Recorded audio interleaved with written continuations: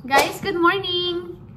So, nandito ulit kami ngayon doing cleaning in 2-bedroom and 2-washroom unit here in Harvey Heights. Medyo malinis siya. So, hindi namin kailangan ng more time to spend here.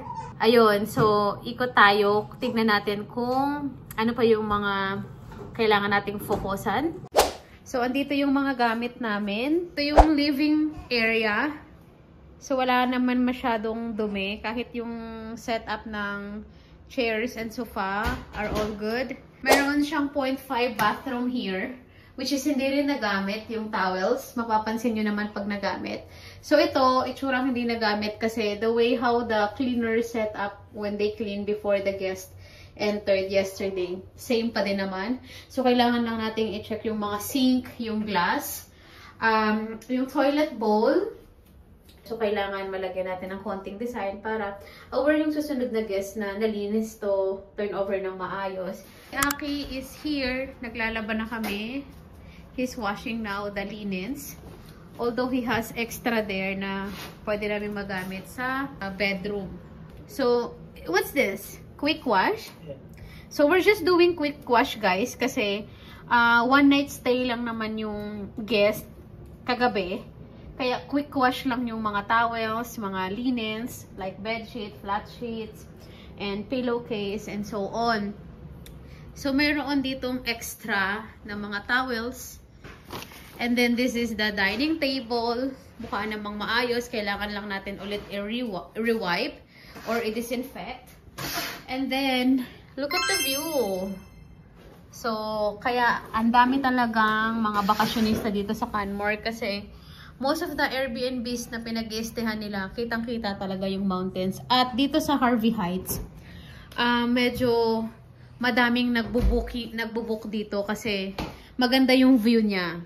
Ayan, kita yung mountains. Parang ang dali-dali lang hawakan. Kala mo 'di ba abot mo yung mountains. So, ganyan kaganda din dito sa Harvey Heights.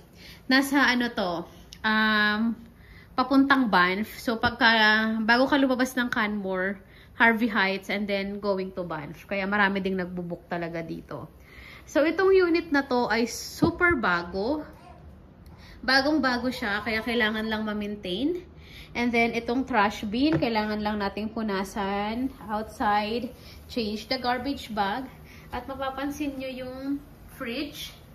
Yan yung fridge, kitang-kita yung mga hand mark. So, syempre, kailangan walang laman ang fridge. Dapat empty at mapunasan, ma-disinfect natin yung loob. Yan. Pero yung ice dito, nandyan na talaga yan. So, ano pang kailangan nating focusan dito? Actually, malinis talaga siya. Kailangan lang ng mga rewiping and disinfect. And, yun. So, ito yung kitchen. Maganda yung so, bilang cleaner, no, maswerte na tayo na nakikita natin na ganito kalinis pa yung unit. Lalo na kapag ang guest ay responsible. They know na hindi talaga sila pwedeng mag-left ng any garbages. Kahit yung dito, oh, I don't know if they use or not, or they just responsible enough na ni-return yung mga dishes. No? So, kailangan din niyang malinisan kasi may mga handprints din yung dishwasher natin. Ayan o, makikita niyo yung mga handprints na yan. And then, malalaman natin na nagamit nila kasi the setup of the towels ay nandito. Dapat hindi yan dito. So, gamit tong unit na to. Okay, sa area na yan, malinis. So, goods, kailangan lang nating i-maintain and mag-restocking ng towels. So, ganito lang yan siya. Yan. Ganyan lang yung area niya. Yan lang yung lilinisin natin. Not bad. Then, punta tayo sa taas. Another bedroom. Na-set up na to ni Aki. So, waiting na lang siya na matapos yung linens and then makapag-clean ako ng kitchen area and dining area. Normally, si Aki ang nagva-vacuum and nagmamap. Ako nag-set up ng mga towels. Then, kitchen, cleaning ng kitchen. Yan. So, yan yung setup niya. Ito yung second bedroom. And then, punta tayo sa master's bedroom. So, ito hindi pa na-set up. Kasi nag-aantay pa tayo na matapos yung nilalaban ni Aki. Kasi kulang kami ng linens. So, ito naman yung outside the unit. Yan yung makikita na view. Yan. Diba? So, madali mong makita dyan kung mayroong bear. No? So, bagong-bago tong building na to. Bagong tayo. Wala pa tong 1 taon. Palitan natin, lagyan natin ito mamaya ng bedsheet, flat sheet, tapos yung comforter, tapos pillowcase. Make sure na wala ding mga buhok-buhok.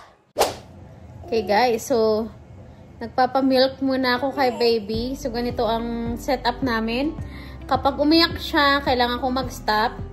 Pero si Aki naman kasi mabilis. Kaya minsan, tama lang din talaga yung oras ng turnover namin ng unit. Kasi, ang unit talaga, ang isang unit, nililinis siya 2 hours to 2.5 hours. So, 2.5 hours or pwede rin 2 hours. Pero since kung dalawa kayo, kayang linisin ang isang unit ng 1 hour.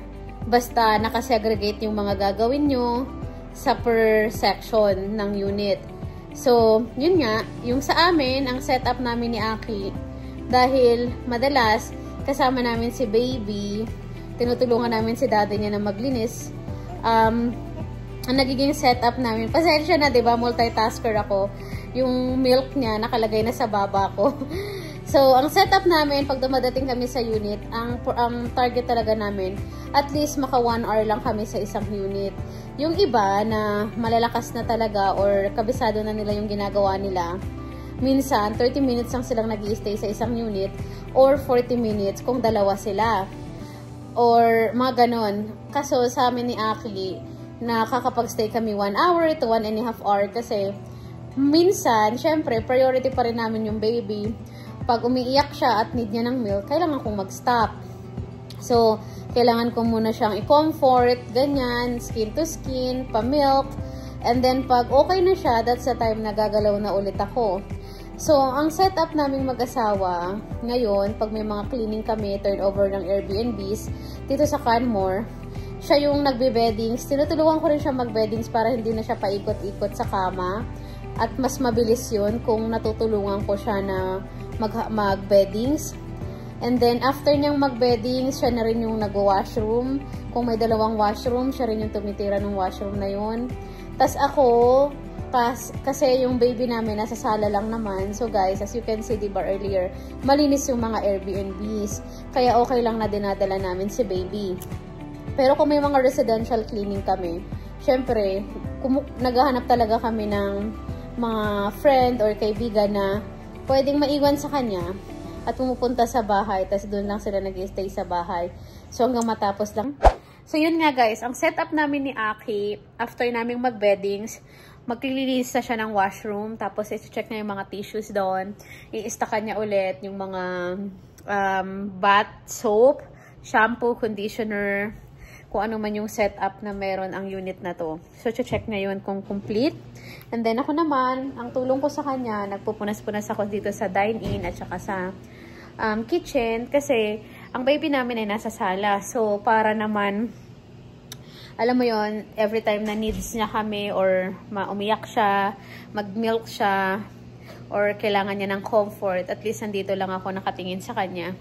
So, ganun yung nagiging setup namin. Natatapos naman namin ang unit ng 1 hour to 1.5 hour kahit na may mga distraction kami sa baby. Okay lang.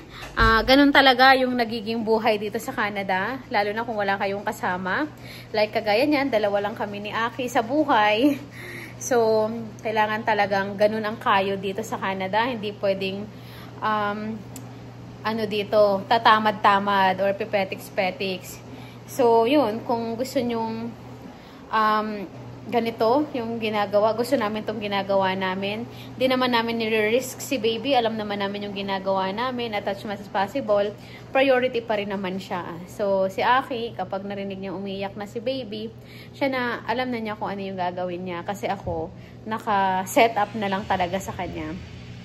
So, ganun yung nagiging eksena namin dito. So, di madali ang buhay sa Canada. Talagang kailangan kumayod, kailangan mag-sacrifice para, syempre, alam nyo na. So, Tapos na siya ngayon dun sa washroom. Tapos na din siya dun sa isang bedroom. Ngayon naman, dito na ako sa kitchen. Pero bago kami pumunta dito, syempre dumaan muna kami ng Tim Hortons. And I ordered one of my favorite cold drink, which is iced latte, brown sugar iced latte with extra sugar. Tapos yung kay Aki naman ay stick tea. So, yun. Ang gagawin ko lang naman dito sa kitchen area, magpunas, mag-disinfect, at magpakintab ng mga equipment nila dito. Like yung oven, yung ref, dishwasher, yung cooking area. So, kailangan din yun pakintabin. Yung sink, kasi nga, kitang-kita to guys, dahil bago ang unit. At ang ganda niyang linisin ha. Maganda linisin talaga. Wala pang masyadong gamit. At very convenient, peaceful, clean. So yun, ang ganda lang i-maintain. Ngayon, masasabi ko na itong unit na nililinis namin ay hindi ganun kahirap. Madali lang siya. Kasi dahil one night stay lang ang guest, hindi rin masyadong nagamit yung facilities. So yung washroom hindi masyado, yung kitchen hindi masyado. So ayun, touch up lang kami. So syempre, kailangan pa rin tanggalin yung mga linens kasi nga hindi naman natin alam para iwas na din sa complaint. And then, ano pa ba? Yun, siguro madali. Hindi kami masyado nagmamadali sa ngayon dahil one unit lang yung linis namin for today. Pero yesterday talaga guys, super busy kami. Meron kaming 3 unit na nilinis. So, kailangan malinis mo yun within the period of time frame of from 11 AM na nag-check out ang mga guests. Bago mag 4 PM, kailangan natapos mo yung mga units. So, if you committed 3 units, kailangan ma-turn over mo yun or matapos mo yun bago mag 4 PM. Kasi pag hindi, syempre, maaabutan ka ng guest na hindi pa linis yung kanilang unit, diba? So, syempre, bayad yun. At, syempre, yung mga host, talagang iniingatan nila yung Google review nila. So, ganun. Kagaya niyan. I'm talking in the phone right now. And then, si Aki tapos na sa taas. So, minsan, nag-i-extend siya ng help dito. Tumutulong talaga siya dyan. So, minsan, nagtutulungan kami sa kitchen kapag hindi ko pa natatapos yung kanyang ang aking assignment sa kanya. So, yesterday, ang last na unit na nilinis namin ay sobrang dumi. Parang they stayed for a long period of time or they're just too many. Kaya madumi. Pero okay lang kasi natulog si baby at natapos namin siya before 3 PM. Okay. So, ayun. Maglilinis muna kami.